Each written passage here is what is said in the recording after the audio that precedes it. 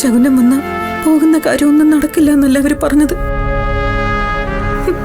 അത്രയ്ക്ക് ദൈവം വെറുത്തവളാണോ ഗൗതം ഞാൻ? അവരെന്താ ഉദ്ദേശിക്കുന്നത്?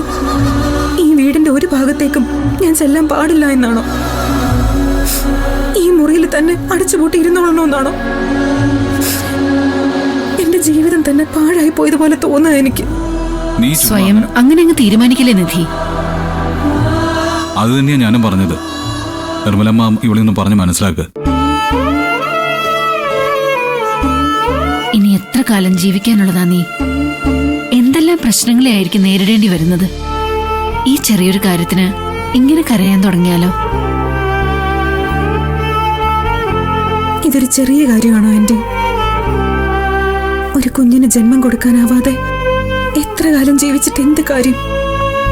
വസുന്ധരമ്മയോടും ശിവാനിയും പറയുന്നത് തന്നെ നീയും ആവർത്തിക്കല്ലേ? അതൊക്കെ തീരുമാനിക്കുന്നത് ഗൗതമാണ്. ഈശ്വരനിൽ എനിക്ക് വിശ്വാസമുണ്ട്. കുഞ്ഞില്ലാന്ന് കരുതി അതോടെ ജീവിതം അവസാനിച്ചു എന്ന് ചിന്തിക്കരുത്. ഇത് ഞാൻ തന്നെ എത്രയോ വട്ടം നിധിയോട് പറഞ്ഞാണെന്ന് അറിയോ? സ്വയം അത് പറഞ്ഞ് മനസ്സിലാക്കാൻ ഞാൻ പലവട്ടം ശ്രമിച്ചത്.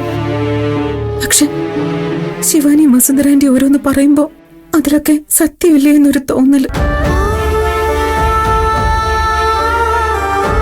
മോൾക്ക് കുട്ടികൾ ഉണ്ടാവില്ല എന്നറിഞ്ഞിട്ട് 2 ദിവസമല്ലേ ആയുള്ളൂ.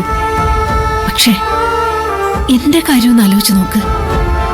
10 മാസം എന്റെ ഈ വയറ്റ് ചുവന്ന മോനെ എനിക്ക് നഷ്ടപ്പെട്ടിട്ട് 30 വർഷമായി.